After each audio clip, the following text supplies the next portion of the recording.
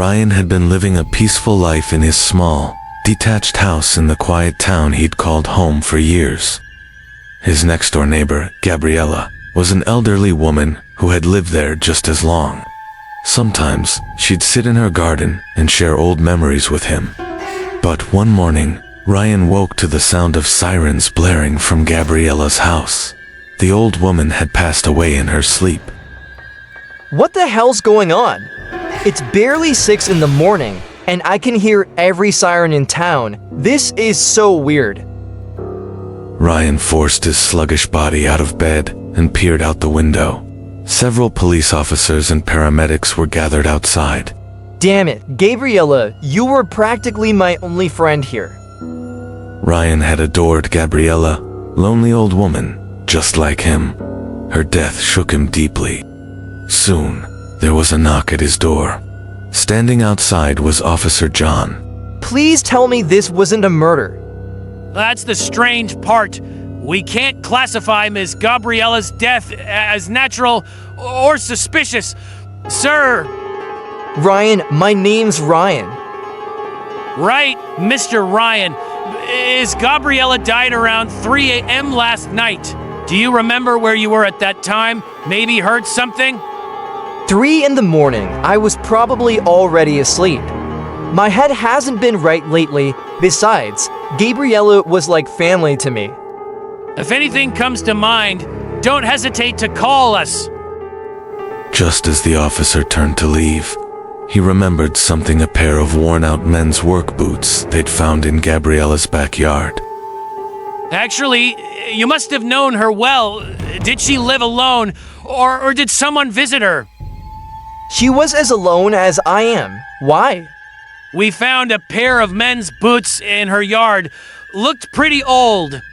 I doubt they were hers or anyone else's around here, but I shouldn't speculate. Fair enough. Sorry to take up your time. Not long after Gabriella's death, a new neighbor moved into her house. A tall, pale man in his 40s, with a permanently grim expression. Ryan didn't even know his name. The guy never spoke. No greetings, no small talk. Just the occasional blank stare before he'd walk away. Ryan's only real family contact was his sister, Jessica, and even they only talked on the phone once in a blue moon. But this new neighbor, something was off about him. He looked hollow, like his soul had been sucked out and replaced by something demonic. Whenever Ryan saw him in the yard, the man was either staring into space or digging holes with a shovel, like he was burying pieces of something in the backyard.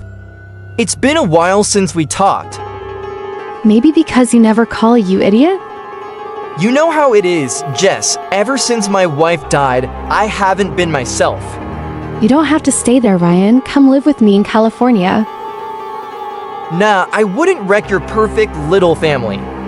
I won't push, but what's this about your neighbor? This guy's weird, digging holes nonstop with a shovel. Won't even say hi. People are on all kinds of meds these days, Ryan. What's that supposed to mean? Just don't overthink it. Try to get along. At first, Ryan shrugged it off. Everyone's different, right? But a week later, things took a turn. The first night. At exactly 3 a.m., Ryan jolted awake to a knocking sound. At first, he thought it was the wind, but the noise was rhythmic, like someone tapping on his door. He crept out of bed, moved down the hallway, and peeked through the peephole. No one. He opened the door and scanned the empty porch. I know someone was knocking. Get it together, man. You're freaking yourself out. He leaned over, trying to see his neighbor's house. The door was shut, curtains drawn tight. Just go back to bed. How hard can it be? The second night. I'm telling you, just someone knocked on my door last night. Who the hell would do that, and why? How should I know? But I heard it. Are you sure? Maybe you dreamed it? God damn it, I think so. I don't know. Maybe. Ryan, breathe. Just calm down. The next night, again, at 3 a.m., the same knocking. This time, Ryan stayed awake, waiting. He tiptoed to the door, checked the peephole, nothing, swung it open, empty porch. Then, movement caught his eye. His new neighbor was watching him from the window. Their eyes met. The man yanked the curtains shut.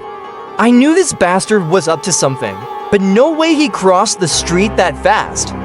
What the hell does he want? I'm confronting him tomorrow. The third night.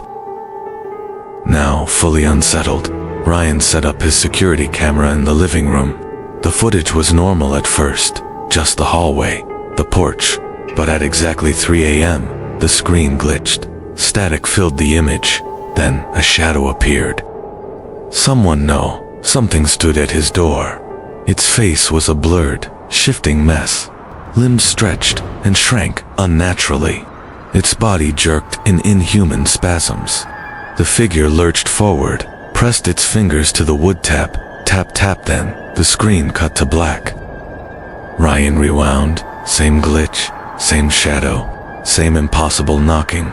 His hands shook as he whispered, This can't be real. The fourth night? This time, Ryan flung the door open, but found only cold wind and muddy barefoot prints leading to his neighbor's house. He followed them, heart pounding, until a breath hissed from the shadows beside him. He spun nothing. Then, ice-cold air brushed his neck.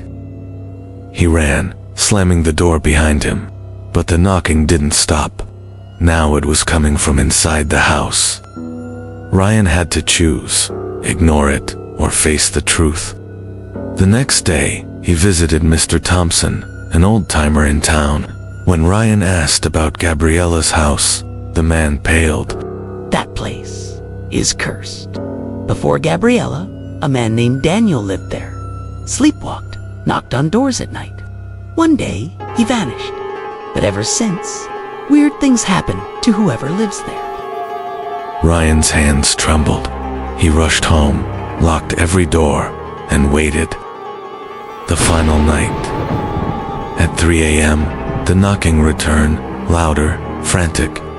Ryan stared at the shifting shadows under his door, then bang, bang. He braced against the door as a voice whispered, Let me in, Ryan!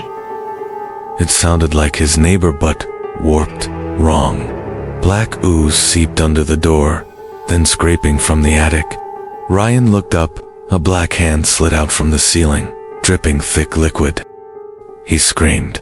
The demonic figure lunged, choking him, pressing a knife to his throat. You can't run, Ryan! This just makes it more fun! What the hell are you? What do you want? Soon, it'll just be me left! The demonic entity in front of him suddenly began to run toward him at an unpredictable speed. In an instant, it started choking Ryan. With its other hand, it was trying to cover his mouth. Ryan, in one swift motion, stabbed the entity in the thigh with the knife in his hand. The demonic being didn't show even the slightest sign of pain. But Ryan managed to break free for a brief moment and ran upstairs. You can't escape me, Ryan! You're just making my game a little more fun! What is this madness? Oh my god, help me. There's only you and me in this house, Ryan! And in an hour, only I will remain! You filthy bastard. What do you want from me? The sound suddenly stopped. Ryan, with fearful eyes, was hiding behind the door, watching the surroundings with the help of the moonlight seeping through the dark room. After 30 seconds of silence, the demonic entity screamed with its last strength and grabbed Ryan's throat again. This time, it had the knife that Ryan had stabbed in its thigh earlier. It slowly began to bring the knife closer to Ryan's throat. Ryan tried to scream for help in a tearful voice, but his fear had silenced him. I wish you a good night, Ryan! The knife got closer to Ryan's throat and made a slight cut. Blood began to slowly seep between the knife and Ryan's throat. Please, don't do this to me. I haven't done anything to you. The entity started pushing the knife deeper. The blood began to flow more eagerly. No, you did, Ryan. You did the greatest evil to me. How quickly you forgot. At that moment, Ryan's sister, Jessica, had been trying to reach Ryan's phone for hours, but she hadn't been able to get a response from him. She had arrived at Ryan's house with Officer John. Mr. John, if you don't open the door soon, I'll have to break it down. He would have heard the slightest noise. He must be in trouble. Please hurry. John kicked the wooden door open with one swift kick. The screams were coming from upstairs. They immediately rushed toward the source of the sound. Ryan was lying on the floor in a pool of blood, holding the knife he had used to hurt himself. Maybe the demonic entity really did harm him. Who knows? An hour later. Mr. Ryan, I understand what you're saying, but after Mrs. Gabriella, no one else moved in, so what you're describing seems, in a way, impossible. What do you mean? Am I supposed to believe I just cut myself like a madman? You can't treat me like this. No matter what Ryan did, he couldn't convince anyone about what he had experienced. But what he went through was as real and concrete as death itself. The next morning, Ryan couldn't take it anymore and moved out of the town. He never saw his neighbor again. But even in his new house, every night, he still woke up at 3 a.m., and sometimes he would hear a faint tapping sound from the deepest darkness. Do you think Ryan truly went mad from loneliness and tried to kill himself? Or was the demonic spirit really in that house that day? According to police records, this incident happened exactly 30 years ago. A serial killer and around 15 unfortunate victims. Many paranormal investigators who have explored the area claim that Salem, the killer, is still performing his rituals. But how is that possible? According to the records, Salem died nearly 30 years ago. No more waiting. Let's begin the investigation. The wind howled through the trees, sending dry leaves skittering across the road. Jake and Ryan stood by the roadside, camera rolling. They had only a flashlight and a small backpack with them. The road was empty. The silence was eerie. Jake turned to the camera with a slight smirk. Hey, everyone. Tonight, we're bringing you what might be our scariest investigation yet. We're about to walk to Salem's abandoned gas station, a place where, 30 years ago, a series of brutal murders took place. Rumor has it that Salem's spirit still haunts the area. Real or fake? We're here to find out.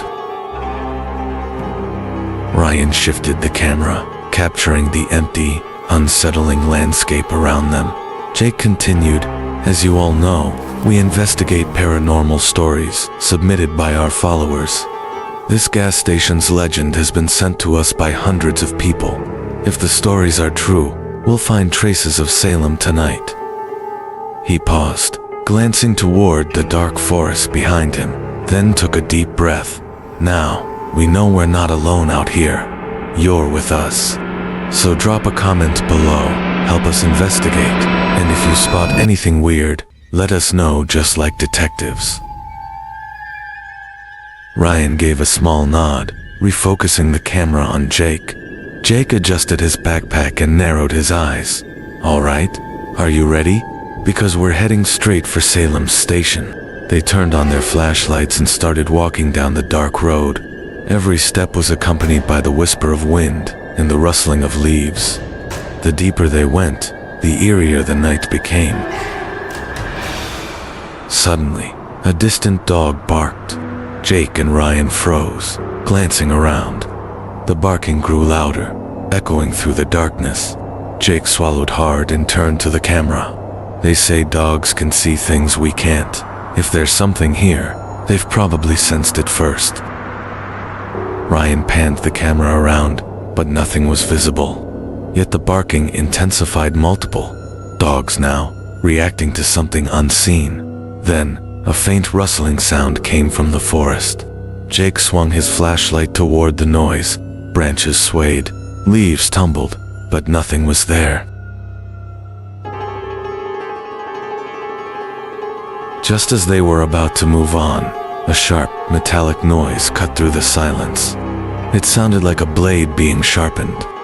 Ryan jerked the camera in the direction of the sound, but by the time the light reached the spot, everything was still. "You've got to be kidding me," Jake whispered. As they walked, faint noises followed them like footsteps, just beyond their reach. At one point, Ryan spun around, camera shaking, convinced he'd heard a twig snap behind him, but no one was there. Jake let out a nervous chuckle. If Salem's spirit is really here, it seems like he enjoys playing games first. Ryan remained silent, his grip tightening on the camera. They picked up the pace, their breaths quickening as tension filled the air. Finally, the gas station came into view. As it did, a cold gust of wind rushed past them, rattling tree branches and lifting dead leaves into the air. Jake shivered, pulling his jacket tighter. This place is even creepier than I imagined. Then, as Jake walked, his foot crunched down on something unusual. A hollow, brittle sound echoed under his shoe. Ryan aimed the camera down, eyes widening. "Jake, you just stepped on bones." Jake leaped back, cursing. "What? No way!" Ryan shone his light on the ground. Splintered bones, darkened with age and stained with something ominous. Could it be animal bones? Ryan's voice trembled with uncertainty. Jake crouched, hesitating before picking up a piece. The bone was cracked, discolored. Ryan zoomed in. This looks human," Jake murmured. Another gust of wind swept through the trees, and suddenly, a faint whispering sound drifted through the air. It was distant, guttural, impossible to decipher. Jake and Ryan exchanged wide-eyed glances. Ryan's voice wavered. "Maybe we should leave." Jake turned to the camera, his jaw tightening. "No, we came here to find the truth. If this is really a human bone, then this story might be real." They pressed forward, despite the warning in their instincts. The gas station loomed ahead, and deep inside, something told them to turn back, but it was too late. A strange silence blanketed the area. The streets were empty, no signs of life. Yet, parked in front of the gas station was an old car. The headlights were on. Jake and Ryan froze. "What the hell?" Ryan whispered, zooming in on the vehicle. Jake swallowed, stepping closer. "This place has been abandoned for 30 years. So why is there a car here?" Ryan nervously scanned the area. "Is someone inside?"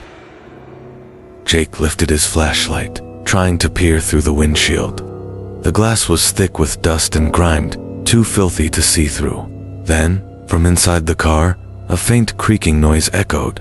The rearview mirror trembled, as if something had just brushed against it. A loud bang erupted from inside the gas station. Jake and Ryan jumped. They locked eyes. Then Jake, voice unsteady, whispered, "I think we're being invited inside." Ryan clutched the camera tighter. Is this really a good idea? But turning back was no longer an option.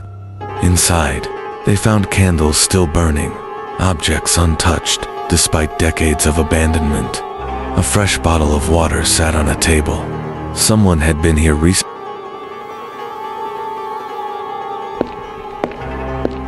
A foul, acidic stench filled the air. It wasn't just an old building.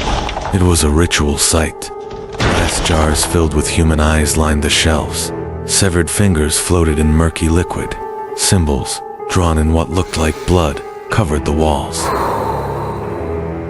Then footsteps outside. A shadow darted past the window. The building trembled with sudden force. Windows rattled. Something was watching them, and it wasn't hiding anymore. Then silence.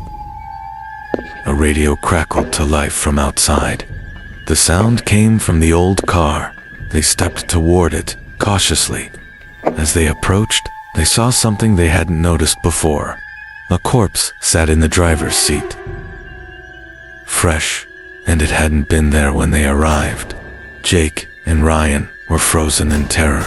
Whoever put the body there was still nearby.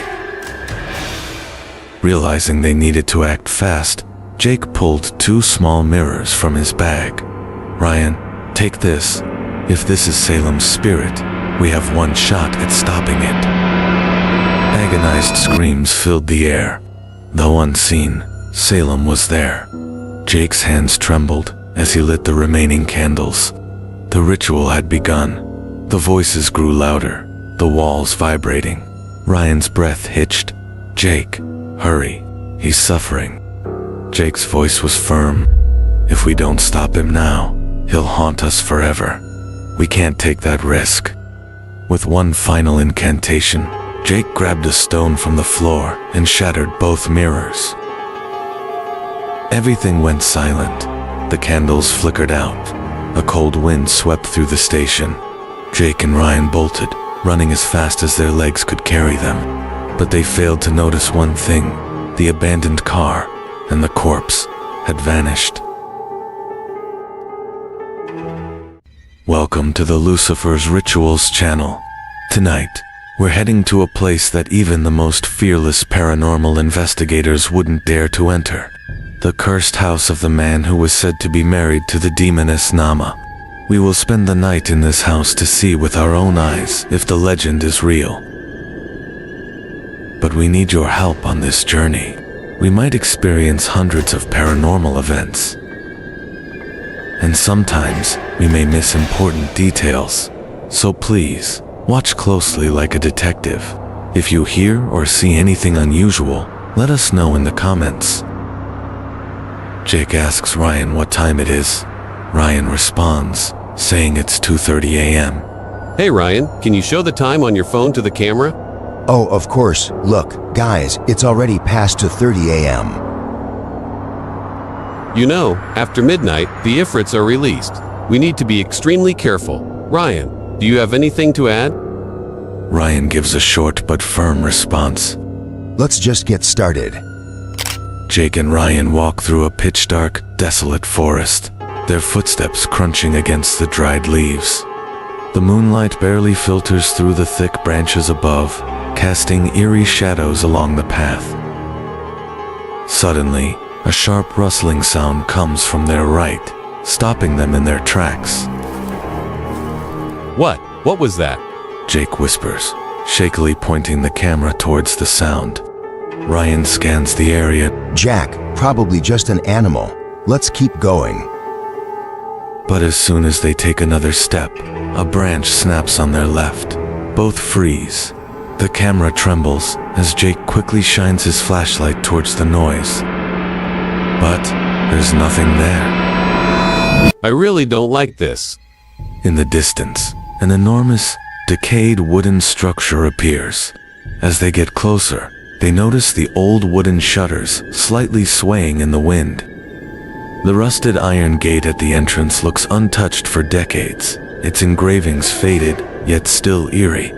Do you think coming to this house was the right move? Ryan, I don't know if you realize how serious this is, but if we end up seeing Nama or her husband, we could be in way more danger than we thought.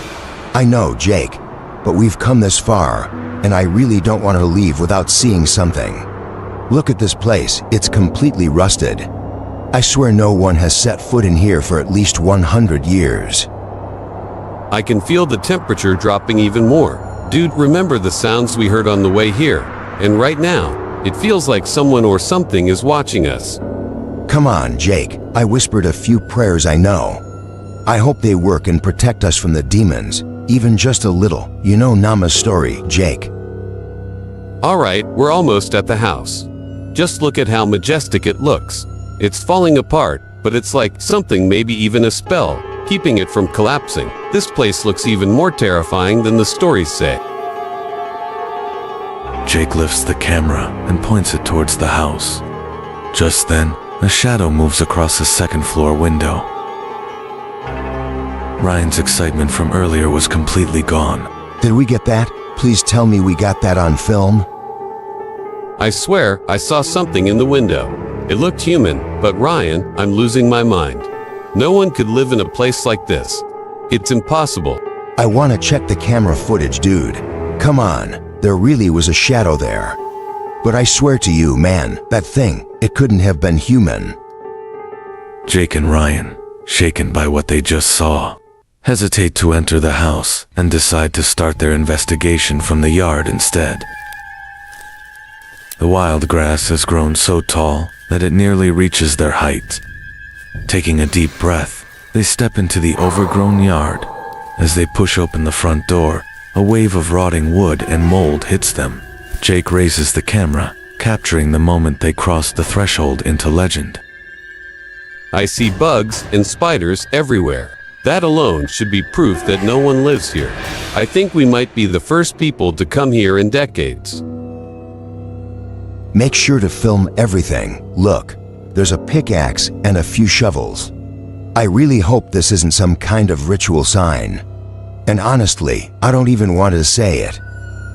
But if I have to mention part of the story, after Nama married that man, she demanded 3 sacrifices as her dowry, and they had to be buried in the ground. But she also made one thing clear: the sacrifices wouldn't be animals. Do you get what I'm saying, Jake? The mere thought of stumbling upon a few dead bodies made Jake and Ryan tremble with fear.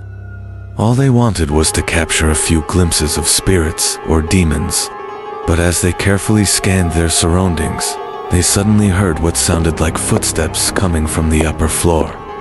It was as if something was trying to make them feel its presence, as if it knew they were here. She stay quiet, Jake. I swear I hear footsteps coming from upstairs. I thought I was just hearing things. But you hear those footsteps too. It was finally time to enter the house. After coming all this way, there was no turning back. As they approached the house, they shined their flashlights at the windows. It seemed like dark shadows were passing by each window at intervals. They thought they were starting to hallucinate out of fear. But one question never crossed their minds. How could we both see the same hallucination? Jake, something is wrong here, man. If only one of us saw it, I'd brush it off.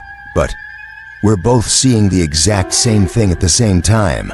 How is that even possible? I don't know, but this is turning into something way darker than we thought. Let's just get inside, set up those damn cameras, and get the hell out of here. Mumbling to themselves, they made their way to the front door.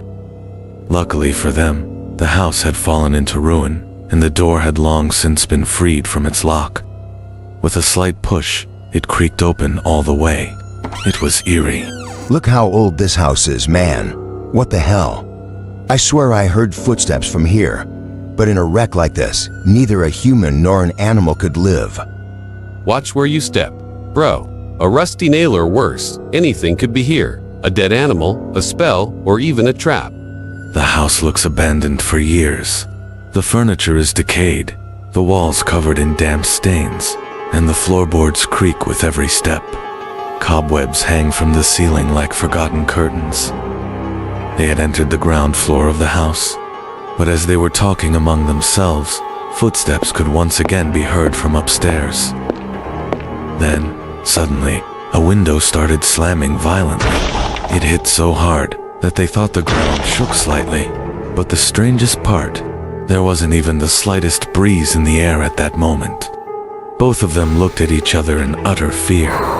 Breathing had become increasingly difficult. Maybe it was their fear, but the air inside the house felt unbearably cold. Did we just capture that? This isn't a joke. We need to go upstairs. As they ascend the staircase, every step groans beneath their weight. The upstairs hallway stretches before them, lined with old doors. One door at the end of the hall stands slightly ajar. When they push it open, they find something horrifying. As their eyes adjusted to the eerie dimness of the room, they realized the horrifying truth: what stood before them was no ordinary place. It was a shrine, an unholy altar meant to summon Nama into the world. Strange symbols were carved into the rotting wooden walls, pulsating faintly as if alive. At the center, surrounded by melted candles and dried bloodstains, lay an ancient book, its pages open to a language neither of them could understand. The air felt thick, suffocating, as if something unseen was watching them. Then, the candles flickered, violently despite the stillness of the air. A distant whisper slithered through the room, calling their names. This is a ritual space. Someone summoned something here. Ryan, look. Ryan lifts his head, and standing in the doorway is a shadowy figure. It has the shape of a man, but its face. It's the very man from the legend, the one said to be married to Nama.